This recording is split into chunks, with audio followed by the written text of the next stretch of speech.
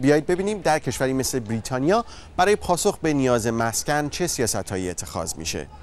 مصاحبه‌ای داشتم با بابک امامیان، رئیس هیئت مدیره مدیران ایرانی مقیم بریتانیا.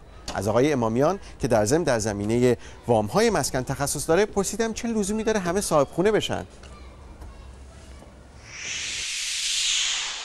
سوال شما اینه که مالکیت شخصی چه برتری داره به اینکه مثلا یکی اجاره کنه خونه خودشو.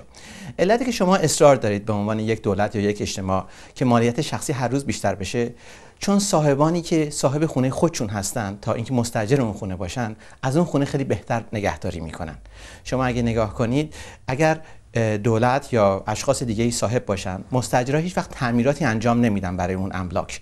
وقتی شما مالکیت شخصی دارید، تعمیرات اون خونه هم با خودتونه و باعث میشه که شما از ملک خودتون بهتر نگهداری کنید و اگه این شما در اجتماع ضریب بگیرید، کیفیت اون ساختمون، اون محله، اون شهر بالاتر میره. برای همین اصرار اینه که مالکیت شخصی درجه به درجه بالاتر باشه تا تعداد کسایی که اجاره میکنن. چه نهادی باید مسئولیت توسعه شهری رو به عهده بگیره؟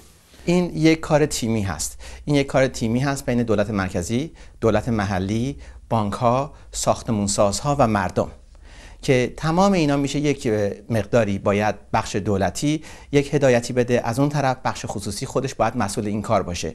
چون همونطوری که مالکیت شخصی کیفیت بیشتری میاره، ساختمانسازهای شخصی، اونهایی که ساختمان‌های شخصی میسازن تا اینکه بخش دولتی کیفیت بهتری عرضه میکنن. کیفیتی که ساختمانسازهای شخصی به مردم عرضه میکنن هم بالاتره، هم قیمتشون خیلی بهتره. میشه یه تصویری به ما بدید از بازار مسکن در بریتانیا، اینکه چقدر مسکن اینجا ساخته میشه و چقدر نیاز هست؟ الان در سال تقریبا سالی مثل 250,000 تا یونیت های جدید، مسکن های واحد های جدید لازم هستش در انگلستان.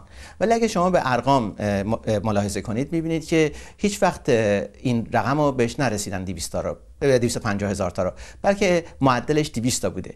ولی بعد من اینو بگم که در 2 سال گذشته حتی این رقم خیلی پایینتر اومده، حتی به سالی کمتر از 50,000 تا بوده. پس اگر شما در دراز مدت نگاه کنید، ما 1 میلیون خونه کمبود داریم که در 2007 آقای نخست وزیر گوردون براون جزو یک از برنامه‌شون بود که تا 2020 این 1 میلیون کمبود رو حل میکنن. حالا نه تنها اون 1 میلیون اصلا برنامه‌اش انجام نمیشه، بلکه اگه شما کنید در 2 سال گذشته چیزی مثل 400,000 تا ما کمبود آوردیم. پس الان مشکل از 1 میلیون شده 1 میلیون 400 تا. و همین علتش هستش که قیمت‌های خونه شما نکنید در عمق رکود اقتصادی هم قیمت‌های خونه در انگلستان بالا رفته. خب با توجه به شرایط کمبود مسکن در بازار، فکر می‌کنید که دولت بریتانیا چطور باید این مسئله رو حل کنه؟ اولین کاری که باید دولت بکنه این که بخش خصوصی ساختمان‌سازی راه بیفته. و علتی که الان بخش خصوصی ساختمان‌سازی در 2 سال گذشته خیلی ضربه دیده، این که بانک‌ها به مردم پول برای خرید مسکن خودشون نمیدن. چون خریدارها، اون کسایی که متقاضی هستن، نمیتونن خونه های ساختمان‌سازا رو بخرن، در 2 سال گذشته اکثریتشون شرکتاشون بسته شده.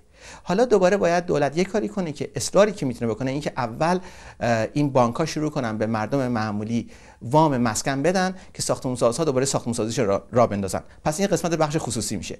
بعد وقتی که این بخش خصوصی راه افتاد، در کنارش خود دولت هم میتونه یک مقدار ساختمان‌سازیایی در مناطقی انجام بده که بخش خصوصی نمیره. این مناطقی هستش که اصلا بخش خصوصی هیچ علاقه‌ای نداره، چون اندازه اقتصادی صرفه نیست. دولت اونجاها میتونه بره و اون ساختمان‌سازی خودش اونجا انجام بده. شما چه مدلی رو برای توسعه مسکن در ایران پیشنهاد میکنید؟ میدونید یه تفاوتایی به هر حال وضعیت جامعه ایران با بریتانیا داره و شاید یه شباهتایی هم داشته باشه. چه مدلی رو باید ایران استفاده کنه برای توسعه شهرسازی؟ ایران همونطوری که شما گفتید یک اختلافاتی با انگلستان داره و اختلافاتشونه که یک اجتماع در حال مدرن شدن هستش. پس تعداد زیادی از جمعیت از روستاها به شهرها اومدن و اگه نگاه کنید ایران رو مقایسه کنید با تمام کشورهایی که در همسایش هستن، ایران ترکیب بسیار جالبی داره.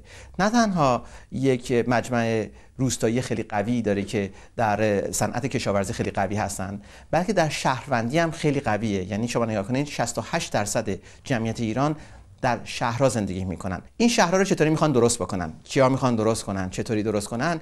اینجاست که میشه که آیا بخش خصوصی باید بره جلو یا بخش دولتی. اکثر شهرسازی ها در ایران بخش خصوصیه. حالا اگه دولت بیاد درش دخالت بکنه، اون وقت دیگه همون بیوروکرات بازی‌های دولتی انجام میشه و این مسئله پایین میره.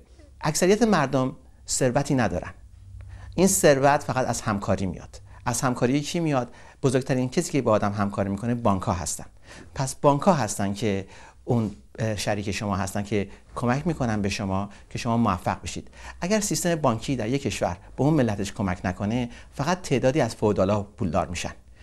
اکثریت جامعیت این کار پیدا نمیکنن. برای همینه که سیستم مدرن بانکی وظیفه این داره که تا اونجایی که میتونه شریک مردم بشه در مالکیت شخصی.